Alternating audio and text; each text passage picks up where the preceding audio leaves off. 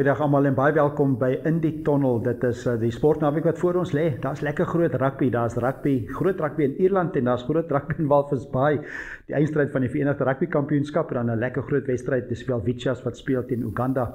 Internasionale rugby daar by die kus. So dit is onder andere waaroor ons praat hier in die tunnel. Dis lekker koud, dis wintertyd. Hoop die sport hou vir almal warm. En dit is internasionaal wanneer ons gaan kyk. Dit is natuurlik die rugby waarvan ek gepraat het. Ons hoor wat sê Jake White, die afrigter van die Bulls. Hulle speel natuurlik teen Leinster in die eindstryd van die Verenigde Rugby Kampioenskap. En dan hoor ons ook wat sê Dan Sheehan. Hy is die haker van Leinster se span en Mike Potgieter soos gebruiklik gee sy kundige mening van wat te wagte is. En dan groot golf ook. Dit is 'n lekker ene. Dit is die derde groot major van die jaar op die Amerikaanse PGA. Dit is die Amerikaanse Ope by 'n moeilike baan. Hulle speel by Oakmont en die manne wat daar sukkel, is 'n paar manne onder syfer, maar ons hoor wat sê die voorloper JJ Spahn, hy's van Amerika en ons hoor ook wat sê van die ander golfspelers soos Rory McIlroy en ook Bryson DeChambeau. Altyd interessant om sy mening te kry en dit is alles die Amerikaanse Ope daar in Amerika. Natuurlik die Formule 1, dis weer tyd vir die Kanadese Grand Prix. Ons kundige daar, 'n man wat alles weet van die vinnige motors is MV Welman. Hy gaan weer sy kundige mening gee. So 'n vol program en ons gaan nou kyk wat in Namibië gebeur. Ek het genoem van daai rugby in die kus. Ons gaan al daai detail gee en nog na ander sporte kyk wat plaasvind. Maar kom ons begin by die rugby. Verenigde Rugby Kampioenskap. Dis die Bulls teen Leinster en die afskoptyd is 6:00. Dit is Saterdagmiddag, so lekker tyd. Dis Namibiese tyd en net so reg dat die son amper begin sak, 'n lekker vuurtjie aansteek vir groot eindstryd. Leinster speel in die eerste finaal in die afgelope 4 jaar. Hierdie jaar natuurlik nou ingesluit. En die Bulls speel hulle derde die afgelope 4 jaar. Hulle het vorige eindstryde, hulle teen die Stormers 1 verloor in die Kaap en ook teen Glasgow Warriors laas jaar in Pretoria. So die Bulls sal regmaak en Leinster ook baie desperaat om te wen natuurlik. Maar kom ons praat met Jake White. Ons hoor wat hy gesê het by die media konferensie. Daar's ook aan hom gevra, laas jaar het die Bulls juis vir Leinster uitgeskakel in die semifinaal en dit was daar in Ierland. So hulle weet hoe hulle moet maak om hulle te wen en hulle vir Jake White daaroor uitgevra. So is afrigter van die Bulls, Jake White. I mean, it doesn't matter whether we beat them last year. It doesn't matter whether we beat them in the knockout game. I mean, it's all immaterial. It's now a final. And the wonderful thing about where we are is we have a lotto ticket. And you can't win the lotto if you don't have a ticket. At this point in time, there are 2 teams that have a lotto ticket, and we've got a 50% chance of winning it.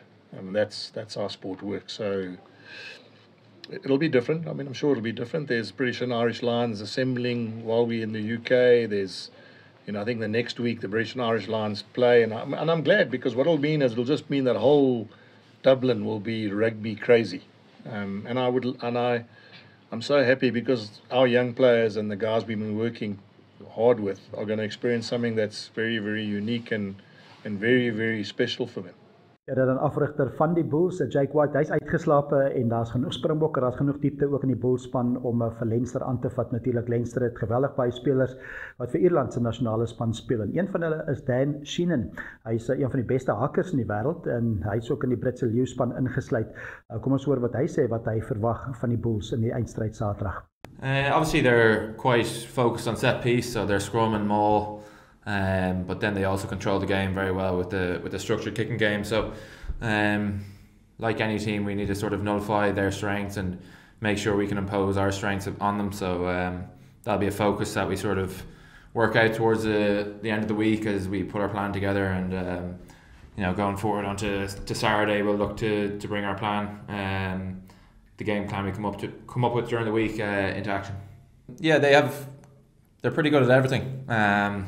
Like most teams who get to finals, so obviously they're quite a physical pack that like to scrum and maul, and we would say that we'd like to do the same. So I think that'll definitely be a battle on Saturday. But I think also the kicking game from both teams will be a big tell on sort of the result of the game. So that sort of comes down to what we do during the week and our sort of game plan that we come up with over the next few days and how we implement it on the pitch. But and then of course physicality, everything comes off the back of our physicality, both sides of the ball and the breakdown. So there's a few things we need to get right. Dit dan Dan Sheehan, ja, hy's 'n belangrike speler vir Leinster, 'n baie goeie speler en dit is 'n sterk pak wat Leinster ook het, maar die Bulls self het 'n baie sterk voorspelers. So baie interessant wees hoe daai voorspelerstryd gaan afspeel. Maar kom ons hoor wat sê Mike Potgieter. Ek het met Mike ook gesels. Ons het ook gewonder wat kan alles gebeur. 'n Groot eindstryd. Dit is die Bulls teen Leinster. Maar 'n groot eindstryd, dis Croke Park is in Dublin. Dit is hierdie keer die Bulls wat moet wegspeel. Dis die eerste finale in 3 jaar of in 4 jaar wat nie in Suid-Afrika is nie. So Suid-Afrika het met daai eindstryd verloor. Maar dit is nou 'n tuiswedstryd vir Leinster. Wat my bekommer van Leinster, as ek die woord bekommer kan gebruik, is dat hulle is baie desperaat. Hulle is meer desperaat as die Bulls. So almal is desperaat. Eindstryd is 'n eindstryd. Maar dink jy dat desperaatheid gaan vir Leinster 'n bondgenoot wees? Weet jy, ek het nou nogal lank hieroor gedink. Ek het basies nou 'n week gehad om te dink van die wedstryde wat die vorige naweek plaasgevind het. En ek dink Leinster is nogal, ons het al baie keer vorige kere ook gepraat oor. Leinster is daai een span wat hulle kom tot in die semifinale of in die finaal en hulle kan net nie wen nie. En ek dink hulle gaan dit deels gebruik as motivering. Die ander deel van die motivering is juis as gevolg van die feit dat hulle speel 'n tuiswedstryd sonder om 'n tuiswedstryd te speel. Dis in Dublin. Maar die Aviva stadion wat nie beskikbaar is nie, Croke stadion, ek dink tog daai tipe skuif. Ek sien die media gons en sê dis eintlik 'n voordeel vir die Bulls. Ek moet vir jou sê, so graag soos wat my hart sê Suid-Afrikaanse span moet wen, dink ek daar's net te veel aan Leinster wat hulle gaan aanvuur. Ja, die teenwoordig, ek is nie seker hoeveel mense nou kaartjies gekoop het nie, maar met die semifinaal teen Glasgow Warriors was dit baie teleurstellend, eintlik embarrassing hoe min mense daar was. So ek is nie seker of Leinster se mense vies is vir hulle franchise nie, want hulle het die afgelope tyd in soveel finale en semifinale verloor. Maar dit is waarskynlik nie so nie. Die finale is altyd 'n groot geleentheid. Maar dit is 'n moeilike hetjie vir die Bulls as mens daarna kyk. Om weg te gaan wen, en die een realiteit van Ierland se span, Mike, is dat dit geweldig baie internasionale spelers. Daar's Springbokke in die Bulls span ook, maar veral Ierland se span Leinster is die aspek van Ierland se topspelers van Ierland. Definitief. En dit is amper as jy die Verenigde Rugby Kampioenskap daar uitvat, dit is amper 2 internasionale spanne, Ierland teen Suid-Afrika. Want dit is die hoeveelheid internasionale spelers wat deel is van beide spanne. Rakende die kaartjieverkope, ek dink tog die internasionale trekpleister van hierdie internasionale spelers is 'n trekpleister. Hulle is effens bekommerd as gevolg van die kapasiteit van die stadion dat dit na minder mense gaan lyk, omdat dit 'n baie groter stadion as Aviva is. En daar lê tog vir my nog steeds die feit dat die Bulls is die een span wat gewys het hulle kan Leinster toe gaan en vir Leinster in Dublin klop. Hulle het dit al gedoen. As jy gaan kyk na die statistieke, die laaste keer wat hulle mekaar ontmoet het was in Maart 22ste Maart van hierdie jaar, en die Bulls het gewen met 1 punt. So daar is daai bordjies wat verhang moet word. Ek dink tog die ondersteuners van Leinster word beïnvloed deur die grootte van die stadion, en dink weet jy wat nou, daar kan soveel meer mense bymekaar kom om hierdie wedstryd te kyk, maar Leinster het ons al so baie teleurgestel. So ek stem saam met jou, tot 'n mate dink ek die ondersteuners van Leinster voel op, julle het ons al disappoint, ek weet nie of ek nou gaan geld uitgee om dit te doen nie, maar die geleentheid om hierdie internasionale spelers te sien in 'n finaal, ek kan nie dink vir beter rede om 'n kaartjie te koop nie. Absoluut. Laaste vraag vinnig, 2 komponente wat die Bulls moontlik kan help om te wen, is goeie verdediging en 'n sterk skram. Lyn staan natuurlik ook, maar tussen 'n sterk verdediging en Wilco Louw, dink jy as hulle dit so bietjie stadig maak en so bietjie die manne in die slote intrek, dan kan hulle dalk wen. Goeie verdediging, wen 'n paar strafskoppe, dit kan gebeur. Ons het al hoeveel keer gesê, die Bulls is daai een span wat 'n geweldige gebalanseerde span het. Spelers wat vir jou 'n wedstryd kan wen met een beslissing of een stukkie individuele briljantheid. Maar ek dink tog die Bulls, as hulle die regte wedstrydplan het en gaan afdwing en tellbord druk gaan kan opsit deur voorlangs te domineer, regte posisionele plek en gebiedsvoordeel kan kry, strafskoppe kan oorklits want hulle het bestendige stelskoppers met Johan Goosen wat weer terug is. Dink ek dis een voordeel vir die Bulls, maar ek dink tog die 2 spelers wat 'n geweldige groot rol gaan speel is Goosen en Louw. En ek dink dis waar die geheim vir die Bulls gaan lê. Ja, dankie Mike. Ja, ek dink julle Suid-Afrika en almal skreeu hard en die hele Namibië skreeu ook hard vir die Bulls. Lekker wees as 'n Suid-Afrikaanse span daai toernooi kan wen. En dit is 'n groot eindstryd daar. Die afskop net weer. Dit is 6:00 Saterdagmiddag. Dit is die Bulls teen Leinster, die Verenigde Rugby Kampioenskap eindstryd. Ook is daar tennis wat nou weer gespeel word. Hulle is nou van die kleibane af na die grasbane. Dit is nie opbou na Wimbledon wat ook later oor so 'n week of wat gaan begin in Julie. En dit is die Queens toernooi wat plaasvind en dit is Kunwen Zheng van China wat daar eerste keer is. Elina Rybakina speel ook daar. Paar Amerikaners soos Madeline Keys, maar van die voorste spelers in die wêreld soos Coco Gauff, Reina Sabalenka en Jessica Pegula, Iga Swiatek, hulle almal het 'n ruskans gevat, maar dis nou die grasbaan seisoen dit begin. Die vroue speel hierdie naweek nog is hulle eindstryd, die mans begin volgende naweek of volgende week eerder. Dit is die Queens tennis toernooi op gras daar in Londen. Nou kom ons vat 'n advertensiebreek. As ons terugkom, dan kyk ons na die vinnige motors, die Kanadese Grand Prix en ons hoor wat gebeur daar by die Amerikaanse Ope by Oudtshoorn.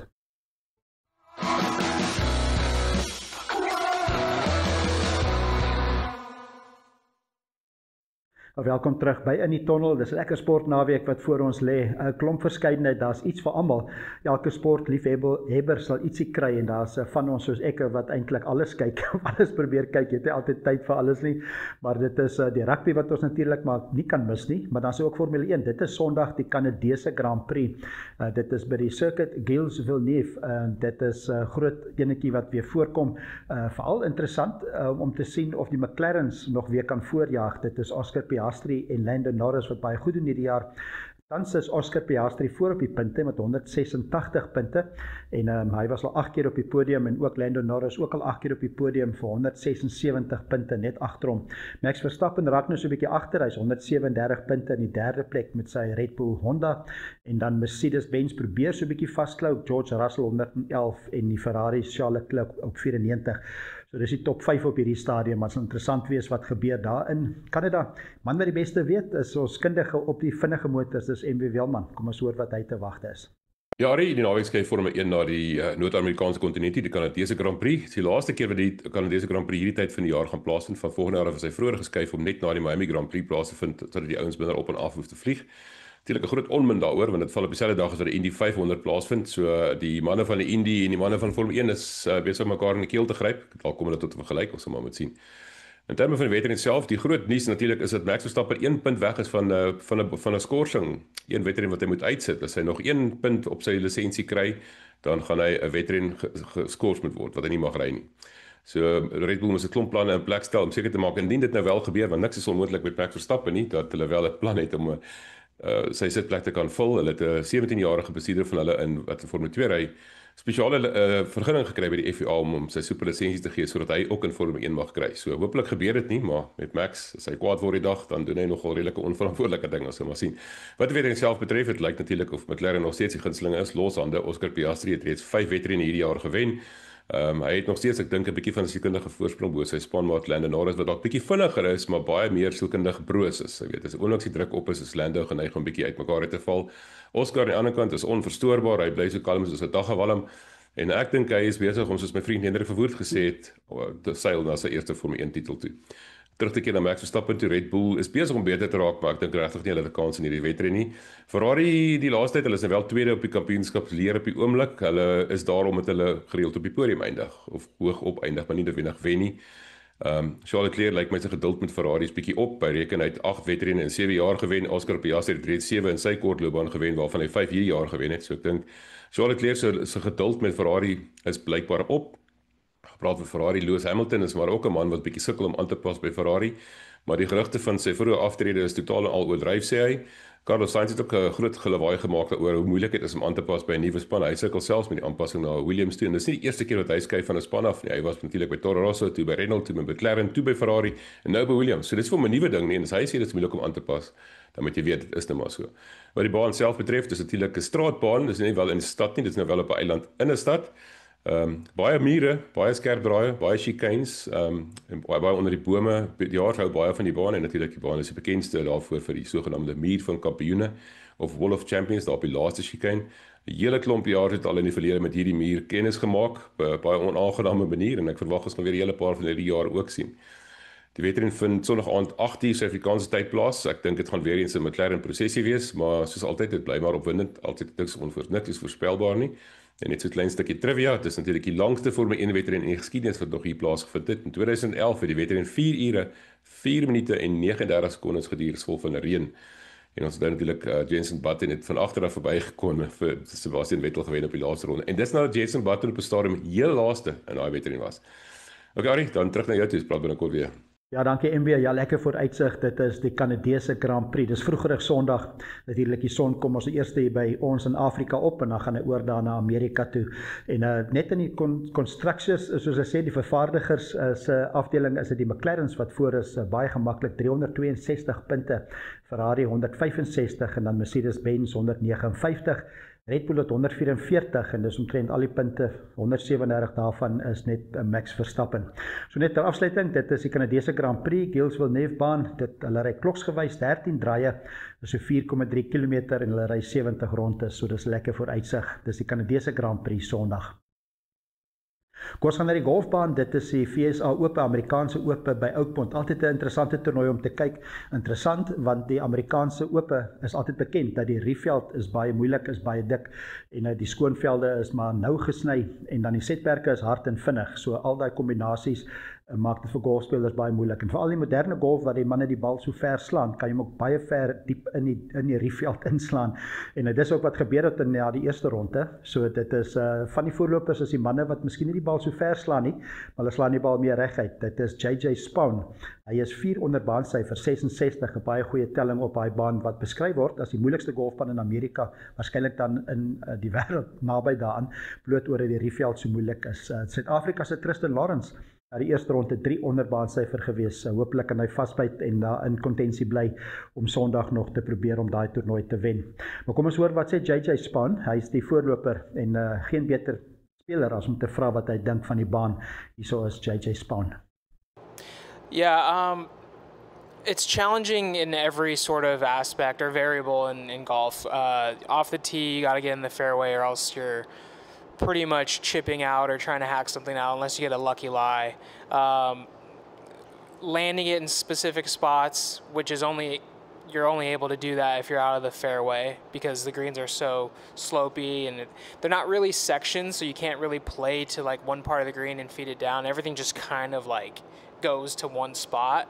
So you got to be able to control your spin, the direction of the spin to hold it up against slopes and stuff. So it's just tough, and then you're obviously going to have to grind when you're out of position, and I did that really well today, and I putted really well. I think today was one of my best maybe putting days I've had maybe all year, especially inside like the makeable range putts, like inside 12 feet or so, like converting those putts, because that's huge for momentum and keeping a round going, and that's kind of what happens here at US Opens.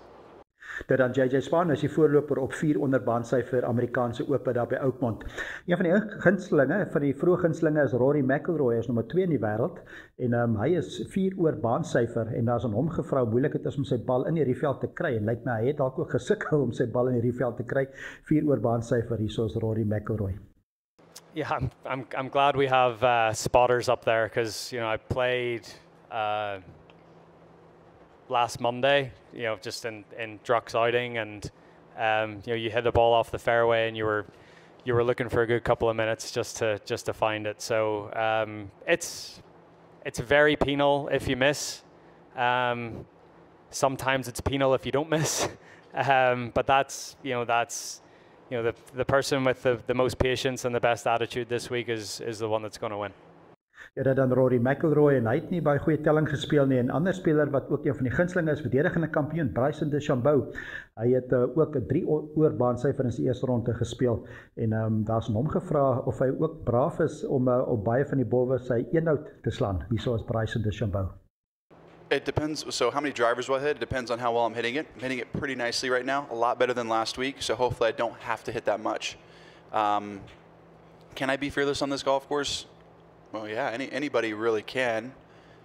Are there times to be more reserved, depending on wind conditions, softness of greens, pin locations, you name it? Very strategic. It's not like every single hole is wing foot out here. You can't just bomb it on every single hole and blast over bunkers and have a wedge run up to the front of the green. You can on a lot of the holes, but not on every one of them. So I think this golf course, you have to be just a fraction more strategic, especially the rough is so long. I'm going to be as fearless as I can possibly be out there. I know that. Ja, dan Bryson DeChambeau, hy sal miskien minder bofhouer met die een-out moet slaan by die baan, met 3 oor baansyfer in sy eerste ronde. Maar kom ons hoor ek wat sê in terme van die druk. Daar's baie druk en groot verwagting as verdedigende kampioen. Hier is Bryson DeChambeau weer. I think for any golfer out here trying to win the US Open, there's just as much pressure. You can put as much pressure on yourself as you want.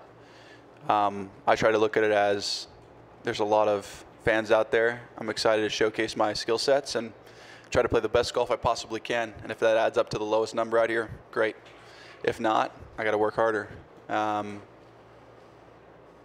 So that's the pressure I put on myself, is performing for the fans. Ja, dit dan Bryson DeChambeau, ja, hulle omhels die druk, hulle weet hoe om onder daai druksituasies te speel. Interessant wees om te sien wat oor die naweek gebeur, maar Bryson DeChambeau sal goed speel om die afsnypunt te maak Vrydag. Dan gaan ons na die sokkerveld. Dit is die Sokker FIFA Club World Cup wat begin. Die beste clubs in die wêreld wat teen mekaar speel. Al Ahly van Egipte speel teen Inter Miami Sondag, ook Bayern Munich Sondag teen Auckland City van Nieu-Seeland, en dan Paris Saint-Germain daar van Parys natuurlik speel teen Atletico Madrid. Dit is alles Sondag. Dit is 'n internasionale sport, maar kom ons gaan na Namibië. Daar's ook 'n internasionale sport. Eintlik daar's 'n internasionale rugbywedstryd waarmee ons kan begin, en dit is rugby. Dis daar by Narkie Park. Dit is in Walvis Bay, by Walvis Bay Privaat Skool. Is dit internasionale rugby? Dis 'n vriendskaplike wedstryd. Dit is die Windhoek Welwitschas wat speel teen Uganda.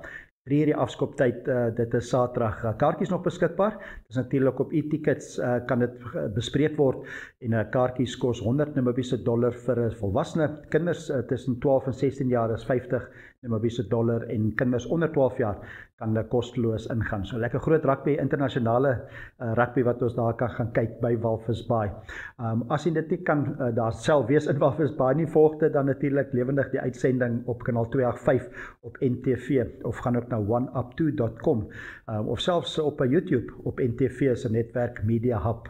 Daar kan die rugby gevolg word. So groot rugby, Welwitschas wat weer in aksie is, belangrike uitspeelwedstryde wat ook kom om te kwalifiseer vir die wêreldbeker so oor so 'n week of wat. Ook atletiek wat plaasvind, dit is in Windhoek, dis by die Onafhanklikheidsstadion, dis die Kommas Atletiek, die kampioenskappe. Dit is vir atlete ouer as 16 en ouer, en dit begin al sommer 8:30, dit is Saterdagoggend, dit begin met die 5000 vir die mans, die verspring ook, en die hoogspring en die spiesgooi, alles is vroeg 8:30, en dan so later in die dag, vir die wat wil gaan kyk, so van 11:30 af is die 400 meter vir vroue, en ook van 11:40 net daarna vir mans die 400 meter, en dan eindig dit later in die dag 12 uur is dit die 800 meter vir mans en vroue. So dis lekker atletiek daar by die Onafhanklikheidsstadion. Ook is daar go-karting, dit is 'n Engelse woord. Ek weet ons het altyd in ons jong dae gepraat van bromchorre. Ek weet nie of dit nog 'n amptelike woord is vir go-karting nie, maar dit is die R&R rystrek in Swakopmund. Dis Namibië se nasionale karting kampioenskappe. Dis die 4de been en dit word geborg deur Momentum, en dit begin al 7 uur die oggend en gaan tot lekker laat. So dit is ook lekker opwindend. En dan vir die fikse atlete op 'n bergfietsse, daar's 'n 50 km weer 'n Hollard en Gravel se dirt reeks wat plaasvind. Dis by Valgras. Dis die MTB of die Mountain Bike Challenge, dis by Farm Valgras, dit is daar by die Fritz Posten kampeerplek, en dit begin 8 uur die oggend, dit is Saterdag, die afsny is 12:30, is die afsnytyd om in te kom, en dit is ook omtrent die tyd vir die prysuitdeling gaan wees, dis oor 37 km of 74 km, so lekker bergfiets, ook Saterdag.